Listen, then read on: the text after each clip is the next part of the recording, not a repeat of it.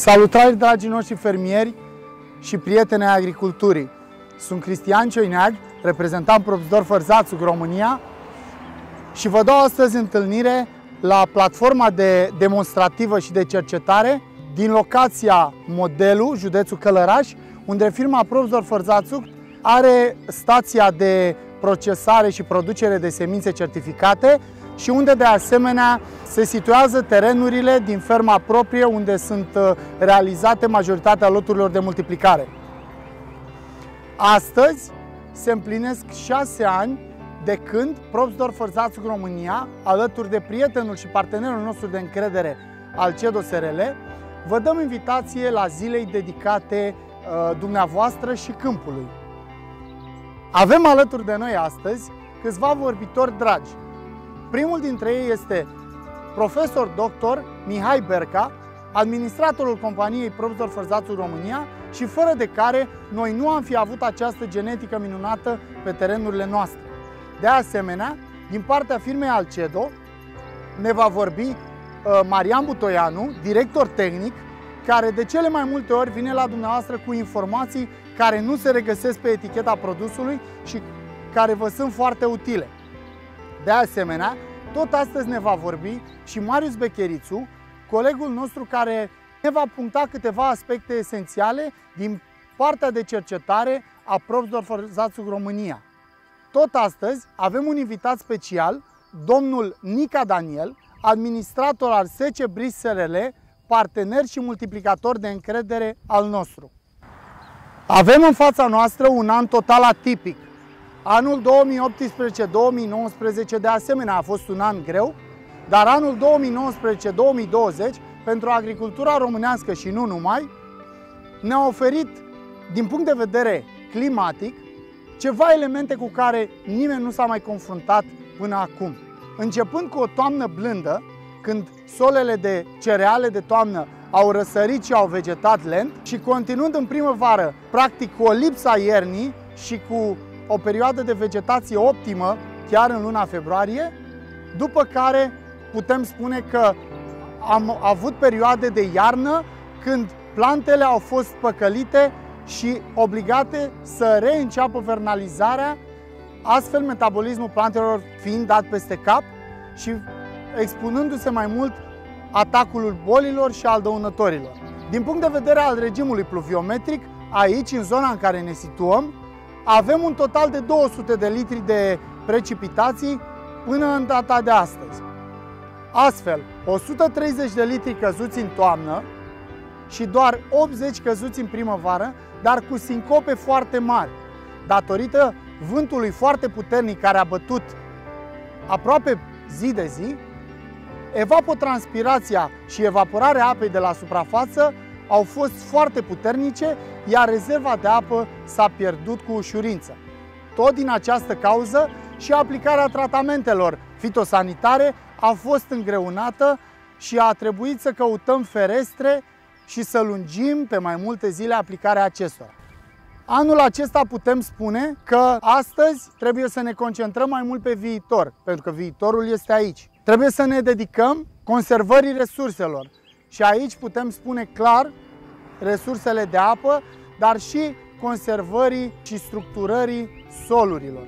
Câteva avantaje tehnice ale utilizării grânelor premium. Semințele Probsdorfer Salzburg România, soiurile pe care noi le utilizăm, prezintă niște particularități, chiar dacă ele au fost ameliorate și dezvoltate cu aproape 50-60 de ani în urmă, putem spune că au văzut deja viitorul prin calitatea lor de bază, aceasta fiind norma redusă de semănat, fapt ce pentru dumneavoastră reprezintă atât un avantaj tehnic, cât și un avantaj economic prin reducerea pe care vă aduce în fermă.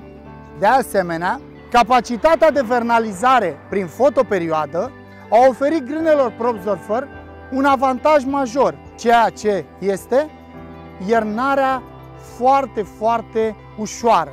Acestea au o rezistență la ger ridicată. Înfrățirea în toamnă este aproape inexistentă și de aceea plantele se așează pe sol, oferându-le o protecție sporită. Un alt avantaj al grânelor noastre este faptul că au nevoie de hrană atunci când încep să se hrănească. Și aici putem vorbi de jumătatea lui martie.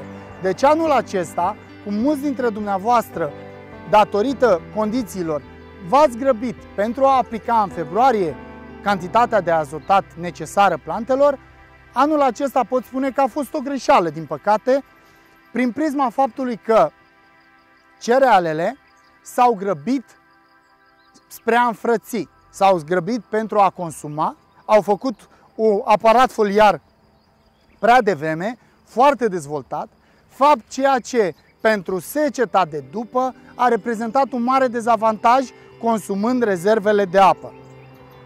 Vecinii noștri și de asemenea și noi, pentru că am respectat fertilizările târzii, am reușit să menținem verzi, să autoreglăm plantele prin înfrățire medie și să conservăm apa cât mai mult și astfel să păstrăm grânele în stadiul în care le puteți regăsi. De asemenea, creșterea explozivă de după jumătatea lunii martie le oferă acestora o toleranță foarte ridicată în ceea ce privește atacul de boli. Tot atunci putem spune că, având o talie foarte ridicată, foarte înaltă, soiurile clasice, și aici apuntăm pe soiurile clasice din paleta Probsdorfer, vor veni cu acel plus de calitate. Științific, există această demonstrație cum că există o corelație dintre talia plantelor și calitatea ridicată. Ceea ce înseamnă calitate, proteină peste 15%, greutate ectolitrică peste 80%, gluten peste 30%. Soiurile Probsdorfer se pot încadra, să spunem, general, în 3 grupe. Prima grupă este grupa fratelui vitreg și aici putem numi soiul Balaton. Este singurul soi nearistat din paleta noastră. Este singurul soi de grâu care își face vernalizarea prin temperaturi scăzute. Acesta are o înfrățire medie, dar este iubit și cultivat pe cele mai mari suprafețe din județul Teleorman și nu numai, pentru faptul că oferă producții foarte mari cu indici de calitate medii. Cea de-a doua grupă, grupa grânelor premium de calitate ridicată, grupa tradiție, și aici vorbim de soiul Capo, părintele grânelor noastre, urmat de soiul Arnold, cel mai înalt calitativ dintre toate cele, ulterior Bitop, Laurențio și altele. O a treia grupă din soiurile Probsdorfer sunt soiurile de grâu ameliorate aici, la stația din Călăraș, dar și în alte centre de cercetare din țară și putem enumera SCDA Livada, SCDA Valul lui Traian în trecut și SCDA Teleorman. Este grupa soiurilor noi unde s-a încercat adaptarea lor climatică și întâmpinarea nevoilor dumneavoastră. Și astfel putem spune că beneficiem de o talie redusă și beneficiem de un spor la utilizarea eficientă a azotului. Ce înseamnă asta? Înseamnă că aceleași doze de azot ne oferă un plus de producție.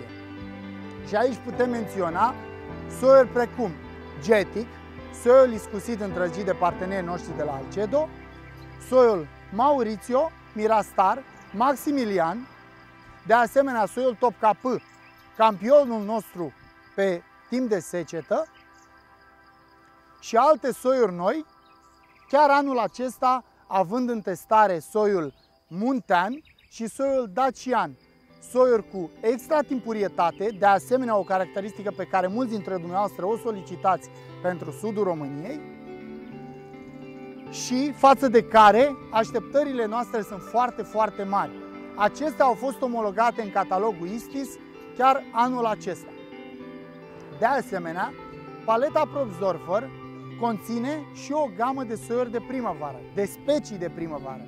Și aici putem numi două soiuri de orzoaică de bere, Electra și deja are mult cunoscutul Tunica. Putem numi soiurile de mazăre de tip Afila, cu o rezistență foarte ridicată la cădere și o recoltare ușoară. Și aici putem spune soiul Belmondo și soiul Trendy. Și de asemenea, în completarea paletei Probstdorfer, venim cu două soiuri de soia, unul din grupa 2D0 Sigalia și unul din grupa 1.0 Agenda, care este nou venit pe piața din România. În continuare, vreau să vă prezint avantajele majore ale utilizării soiurilor premium. Soiurile de grâu premium nu ar trebui să lipsească din ferma dumneavoastră.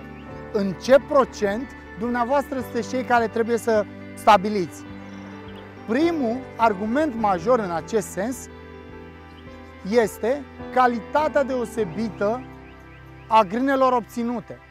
Astfel, în anii grei, cum a fost anul 2018-2019 la recoltat, când greutatea hectolitrică a fost foarte scăzută și de asemenea indicii de panificație precum proteina a fost sub limita solicitată de majoritatea traderilor, cei dintre dumneavoastră care ați cultivat aceste grâne, printr-o cupajare, printr-un amestec, ați reușit să aduceți cantitatea totală de grâu la standardul optim de 12 proteină și minim 77 hectolitru solicitat pentru panificație, astfel nefiind depunctați la comercializarea producției. Un alt argument ar fi argumentul moral.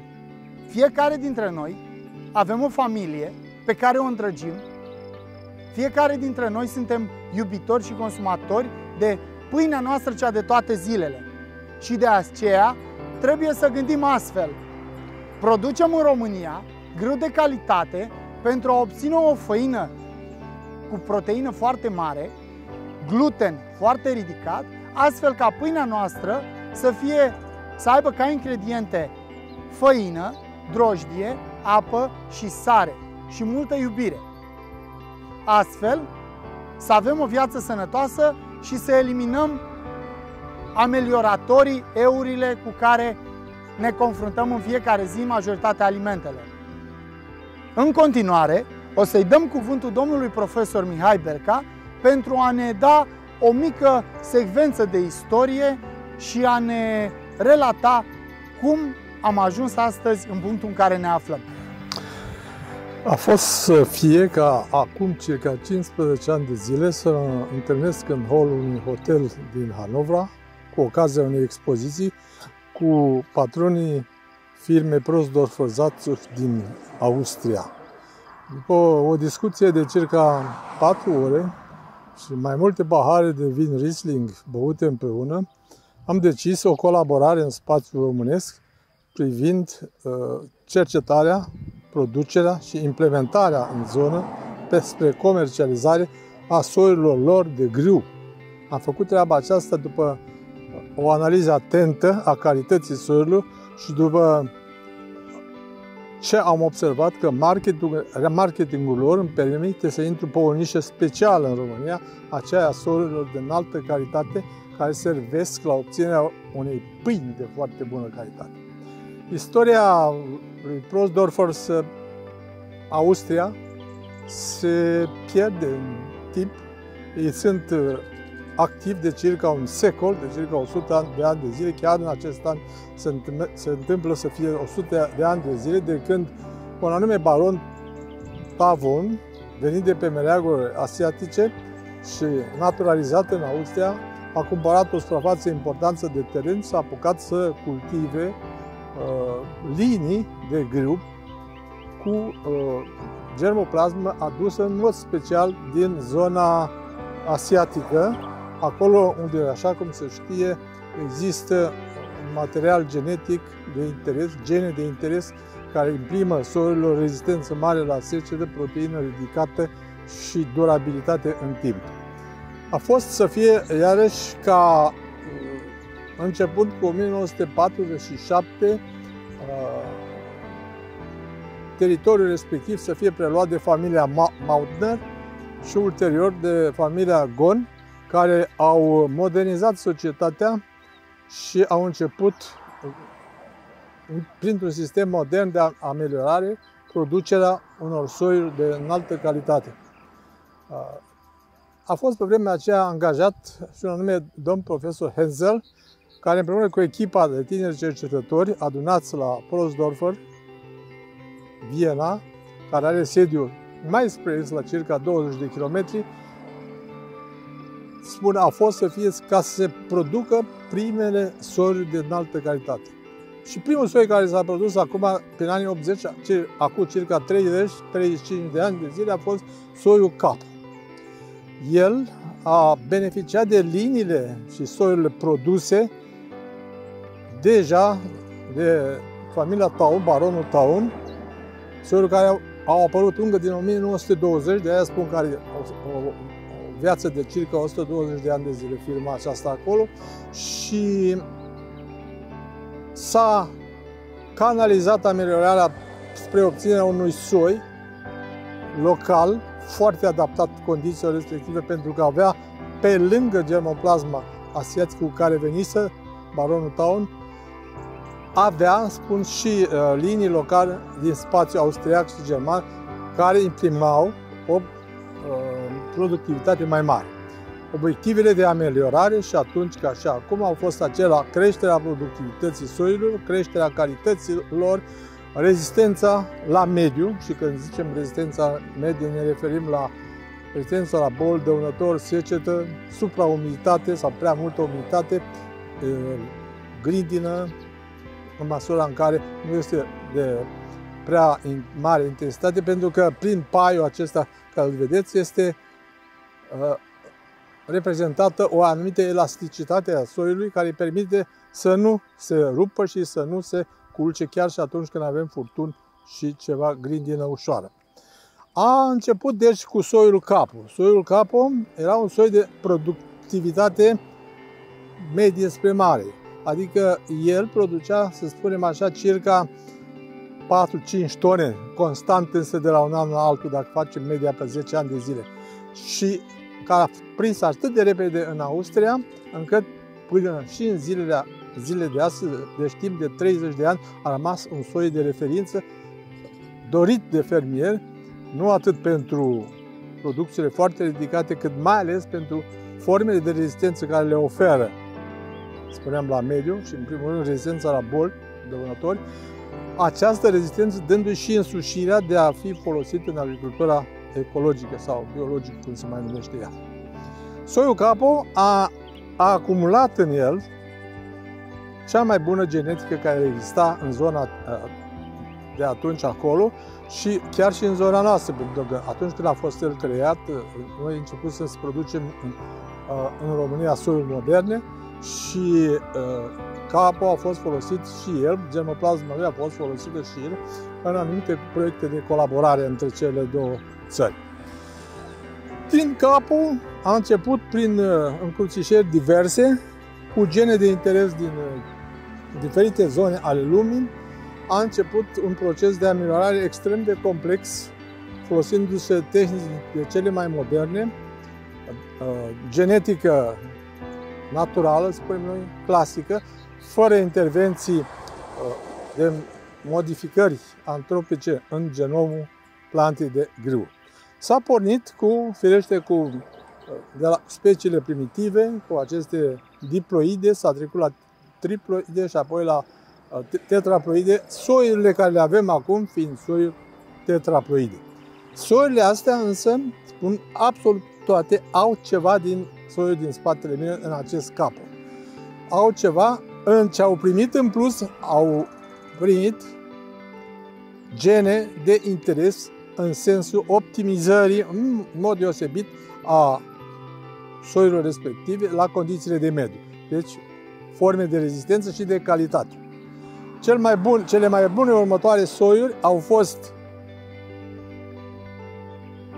Joseph, care a fost cultivat și în România, o perioadă destul de îndelungată de timp, urmat apoi de soiul Arnold, care îl avem aici pe undeva, să se vadă, și care este cel mai bogat soi în proteină și în calitatea proteinii care există în România în momentul de față.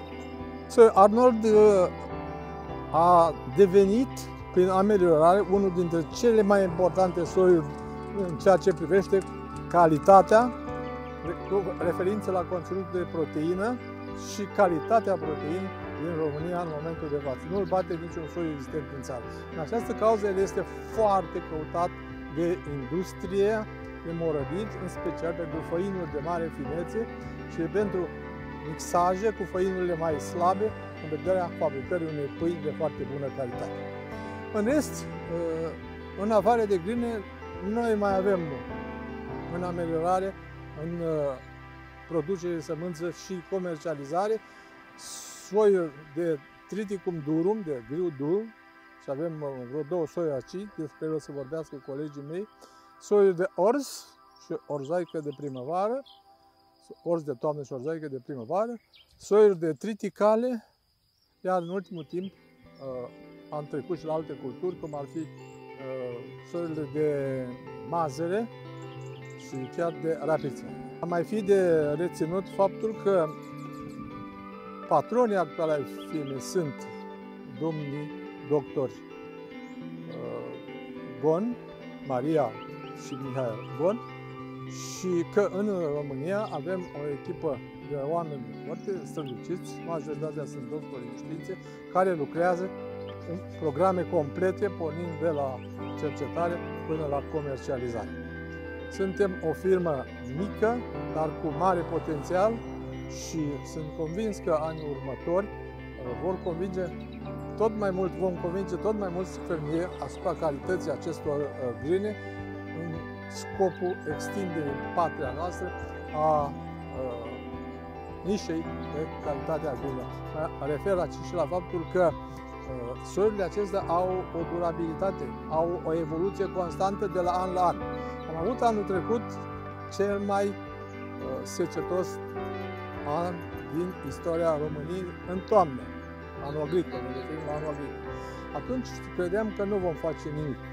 Deci ne-a prins luna ianuarie-februarie cu grâne nerăsărit. Au răsărit prin februarie și anul trecut am obținut o producție medie aici în zone unde noi facem producție de circa 6500-7000 de kg la hectar. Anul acesta agricol a debutat invers, cu secetă și în toamnă, cu o iarnă, să spunem, blândă și secetoasă și cu secetă prelungită în primăvară, crezând la fel când aceste grâne au început să apară că nu vom face nimic. Iată că și anul acesta ele sunt pregătite să dea o producție rezonabilă, probabil că nu ca anul trecut sau nu ca în anii normali. Ce înseamnă asta? Înseamnă că sunt soiuri cu o plasticitate ecologică extrem de ridicată, soiuri care sfidează, să spunem, legile naturale în ceea ce privește schimbările climatice și mai ales programele de secetă și de prea multă umiditate pe care Dumnezeu ne trimite din când în când. Ameliorarea în continuare este canalizată în special pe această zonă a durabilității soiurilor noastre și a calității de înaltă ținută pe care o oferim. Fermierii noștri sunt mulțumiți și pentru faptul că aceste soiuri care dau circa până la 16%, unul chiar mai multă proteină, unul chiar 18% proteină, le valorifică în piață cu prețul cu circa 20 până la 40 de euro mai mari, așa cum spuneam, din căutate pentru calitatea lor deosebită.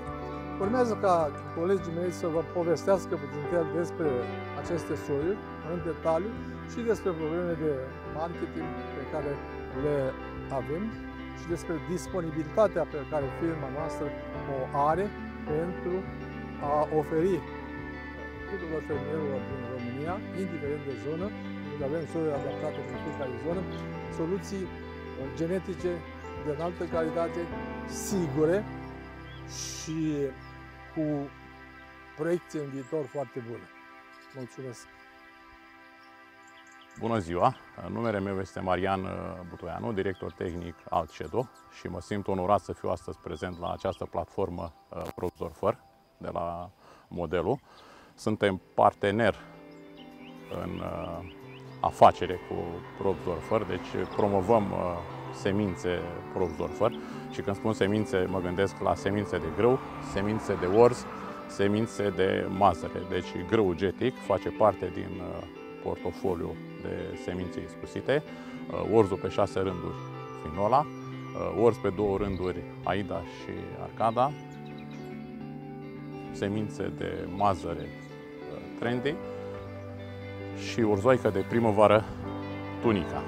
Ar fi trebuit să încep prin a spune cuvântul de început și anume acela că anul acesta, mai exact în 13 mai, Alcedo a împlinit 30 de ani de activitate, de când a fost înființată societatea și de 20 de ani este cel mai mare lider, aș putea să numesc, sau cea mai mare societate care pune în piață inputuri pentru agricultură. Deci ocupăm un onorabil loc 4, ceea ce spune că 8,5% din suprafața tratată cu inputuri din România este asigurată de firma Alcedo. Așa cum vă este prezent, deci noi avem o paletă bogată, plecând de la tratament de sămânță, erbicide, fungicide, fertilizanți foliari și insecticide. Și aș pune un accent deosebit, ținând cont că an de an se retrag tot mai multe produse pentru protecția plantelor, un accent deosebit pe tratamentul de sămânță. Știm că neonicotinoidele au fost retrase și aș zice că Langisul, un produs pe bază de cipermetrin, este produsul care înlocuiește cu succes, împreună cu fertilizantul foliar Microfert, ne asigură partea de protecție și pornire în vegetație a semințelor de cereale. Deci nu uităm, ne asigură protecție numai vis-a-vis de dăunătorii din sol. Pentru dăunătorii cum sunt afidere și ceilalți dăunători pe parcursul de vegetație, ne rămâne onorabila decizie de intervenit cu aplicări tratament de corecție. Ca erbicide avem Fenova Super, un erbicid antigramineic, Seniorul, care este a doua denumire de Palas, produse care se pretează a fi aplicate timpuriu în raport de condițiile existente în câmp de la 4 grade, Dicopurul IM, un produs hormonal pe bază de MCPA, un produs prietenos cu planta de cultură care poate fi aplicat până la apariția ligulei. Nu uităm de Vector, care este un produs consacrat alături de Ceredinul Forte, de Starein Super, substanța activă fluoroxipir, Pelicanul Delta, atunci când avem probleme cu Veronica, este produsul care ne rezolvă burieni efemere, Rivalul Top, care înlocuiește substanța activă mesofuron metil, care înlocuiește cu succes clorsulfuronul, da? Rivalul 75GD, produse fungice cu o singură substanță activă, cum este Topsinul, Teofanat metil, Salvatorul, un produs pe bază de tebuconazol, sau Topguardul, Flutriafol, și un produs care intră anul ăsta cu mare succes, este vorba de o strobilurină, produsul comercial Comet, un produs pe bază de piraclostrobin, și produse compuse cu 2 substanțe active, cum este Miradorul Extra, un produs pe bază de ciproconazol și azoxistrobin, produs cu 3 substanțe active, cum este Impulsul Pro, a doua denumire de Falcon Pro, un produs consacrat care rezolvă și partea de boli foliare și ale spicului. Și lucru important ca toate cele care au fost prezentate până acum, nu uităm dăunătorii specifici culturii de cereale păioase, da? Fapt pentru care vă este prezentat produse insecticid piretroizi de sinteză, Fasterul pe bază de cipermetrin, Faster Delta, un produs pe bază de deltametrin, Fasterul Gold, lambda cihalotrin, și produsele consacrate Caris și Mospilan, produse Carisul este lambda cihalotrin, o formulare cu degajare lentă, și Mospilanul, un produs pe bază de acetamiprid. Aș spune că un lucru foarte important legat de partea de protecție, produsul vital, un adjuvant, ar trebui să fie parte integrantă a administrărilor, deci mărește capacitatea de aderare a produselor de protecție pe plantă în oricare condiții ar fi aplicat, da?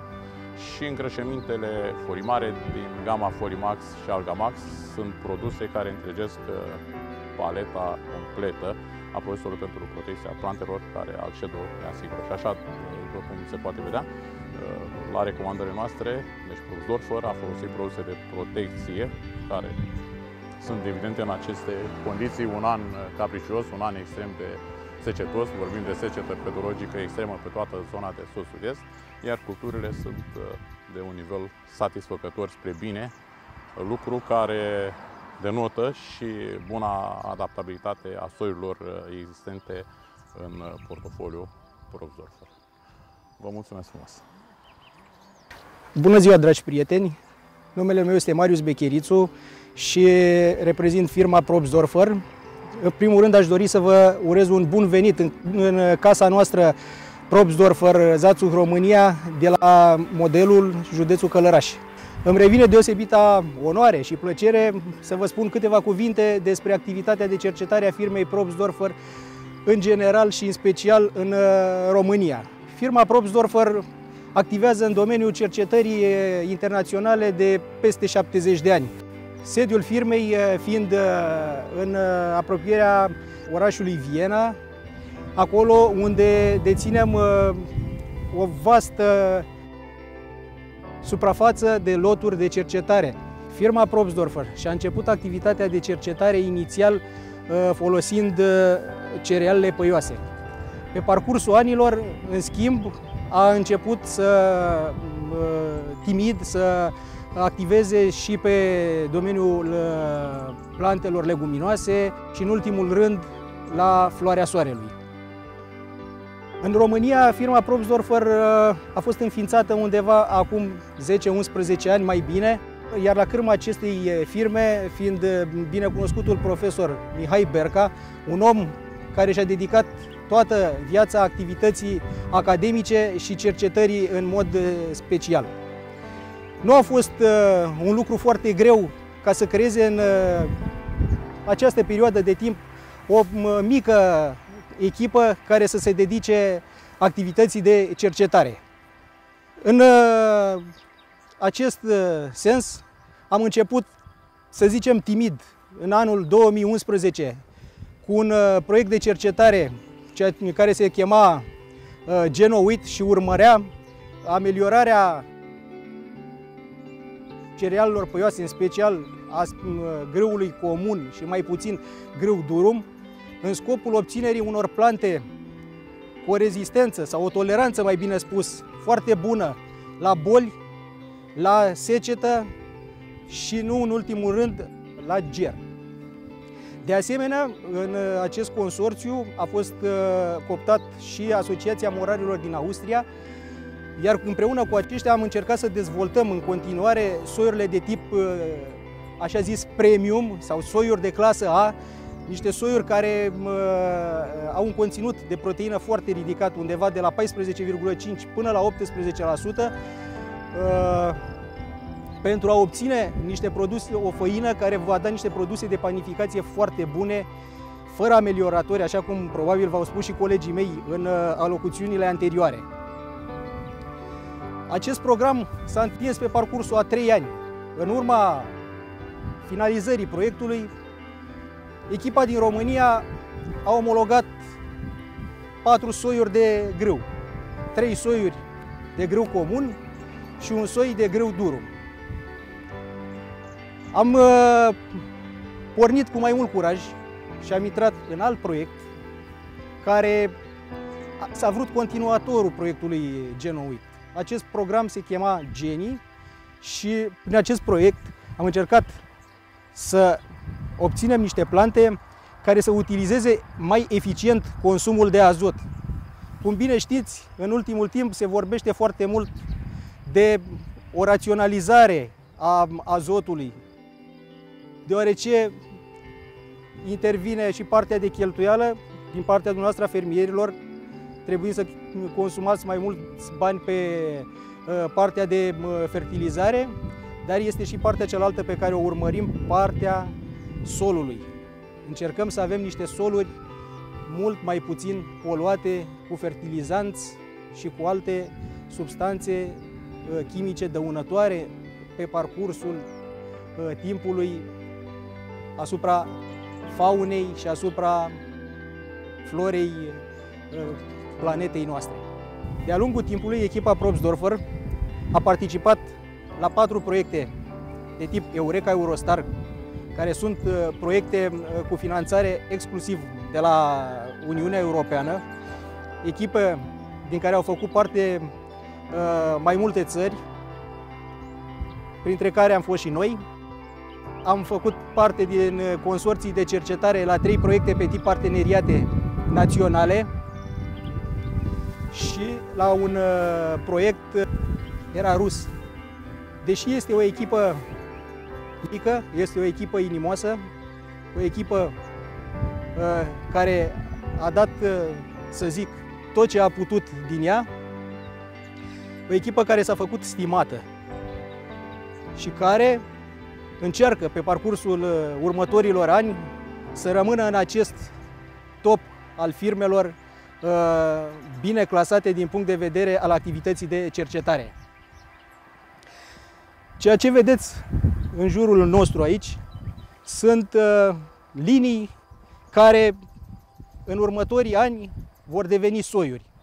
În stânga mea sunt un număr de 60 de linii de selecție. Din ele urmând ca într-un an, 2 sau 3, să selectăm 3, 4, 5, poate chiar 10, nu se știe, soiuri care vor fi catalogate, omologate în catalogul oficial ISTIS din România. În partea dreaptă veți vedea un număr de 190 de linii care sunt, de fapt, linii de ameliorare. Acolo va mai fi de muncă. Ne vom urmări zi de zi și sperăm să obținem niște rezultate de care să fim mândri atât noi, cât și dumneavoastră le veți cultiva pe terenurile dumneavoastră. În urma activității noastre de cercetare am mai ajuns să fim beneficiarii sau să zicem cei care am obținut un brevet de invenție și suntem autorii sau coautori la încă 3 brevete de invenție. Avem în omologare un produs, un fertilizant biofoliar care se va folosi exclusiv la cultura grâului. Probabil că anul acesta sau anul viitor vom primi brevetul de omologare din partea Ministerului Agriculturii din România. Ceea ce vedeți în jurul nostru aici este platforma de cercetare înființată în cadrul proiectului Fertimaize, proiect care a fost demarat începând cu anul 2020, pe perioada 3 ani de zile, împreună cu colegii de la Institutul de Cercetare în Industria Pielăriei, ICPI București, cu colegi de la Universitatea Thomas Bata din Cehia și cu partea de producție aferentă acestei universități din Cehia. Acest proiect este finanțat, cum vă spuneam, în cadrul programului Eureka, cu fonduri exclusiv de la Uniunea Europeană, derulate în România prin UEFI și CDI, unitatea de finanțare din cadrul Ministerului Cercetării din România. Ce vrem să obținem în urma accesării acestui proiect este un produs de tip biofertilizant, folosit exclusiv la cultura de porumb. La realizarea acestui produs vom folosi hidrolizat de colagen și hidrolizat de keratină, obținute din deșeurile rezultate în industria pielăriei. După cum se știe, în ultimul timp, foarte multe firme pun din ce în ce mai mult accentul pe realizarea și utilizarea în domeniul agricol a biofertilizanților.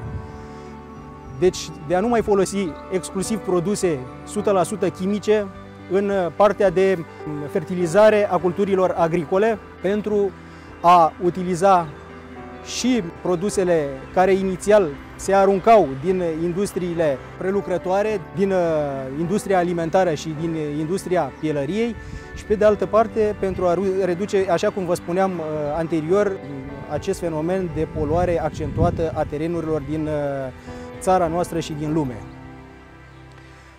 Acest proiect se va finaliza, credem, în anul 2023, când sperăm să reușim să avem un produs, un biofertilizant foarte bun pe care să-l punem la dispoziția agricultorilor din România și chiar, dacă, de ce nu, celor din Uniunea Europeană. Pe această cale, mulțumesc tuturor colegilor care au făcut parte din consorțiile noastre de cercetare.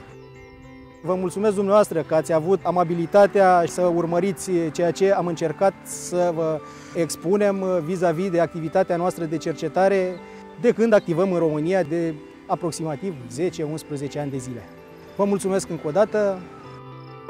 Numele meu este Nica Daniel, fermier din Comuna Unirea, județul Călăraș, administrator al societății Bliss SRL. Societatea Probsdorfer are o stație de selectaj și de condiționat semințe și un câmp de experiențe în satul Tonea, Comuna Modelul. Sunt vecinii mei și încă din primii ani de când au venit în România am început să colaborez cu dânsii pe producerea de semințe de grâu și de orz și de mazăre. Primul soi de grâu cultivat de mine de la Probsdorfer este vechiul soi Capo. Ulterior am urmărit evoluția soiurilor cultivate de Probsdorfer și pot să spun că soiurile actuale se comportă foarte bine la condițiile pedoclimatice din zona noastră. Colaborarea mea cu societatea Probsdorfer România a început în 2008 prin cultivarea de loturi semincere de grâu.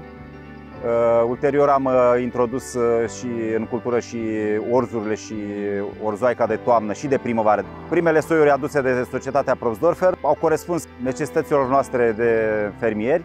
Ulterior portofoliul s-a îmbogățit. Au adus și alte soiuri de grâu, orz și mazăre.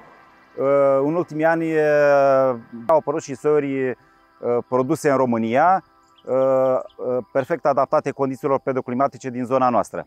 Soiurile de grâu, orz și orzoaică din portofoliul societății Probsdorfer România, fiind create într-un climat temperat continental, atât la noi în România cât și în bazinul Vienei, unde este societatea mamă, sunt create să corespundă necesităților fermierilor din zona noastră. Au o foarte bună rezistență la gerurile din iarnă și la brumele târzii de primăvară, cât și o rezistență foarte bună la secetă. Ca dovadă, anul acesta, 2020, la seceta din primăvară, practic ele nu au capotat cum s-a întâmplat cu alte soiuri și în zonele unde, într-adevăr, condițiile au fost foarte vitrege, în urma ploilor căzute la sfârșitul aprilie, început de mai, și-au revenit spectaculos și vom avea satisfacții în momentul recoltatului. Toamna anului trecut am însămânțat un soi de orzoaică de toamnă, Aida, și două soiuri de grâu, Tamino și Mauricio, soiuri pe care le-am mai cultivat în ultimii ani. Au rezistat foarte bine la condițiile pedoclimatice aprige și vitrege din acest an. Voi face o producție foarte bună la condițiile care au fost și care sunt. Tehnologia de cultură este cea recomandată de specialiștii firmei Probsdorfer România și adaptată la condițiile din acest an și vom obține o producție și calitativă și cantitativă mulțumitoare. Recomand cu căldură fermierilor din zona de sud-est să folosească genetica firmei Probsdorfer România. Astăzi, eu, alături de colegii mei, v-am vorbit despre importanța resurselor. Trebuie să reținem că una dintre cele mai valoroase resurse pe care viața ne oferă este timpul. Și de aceea închei prin a vă mulțumi pentru timpul dumneavoastră, pentru faptul că sunteți alături de noi. Și rețineți, soiurile Probsdorfer nu ar trebui să lipsească din paleta dumneavoastră. Vă mulțumim!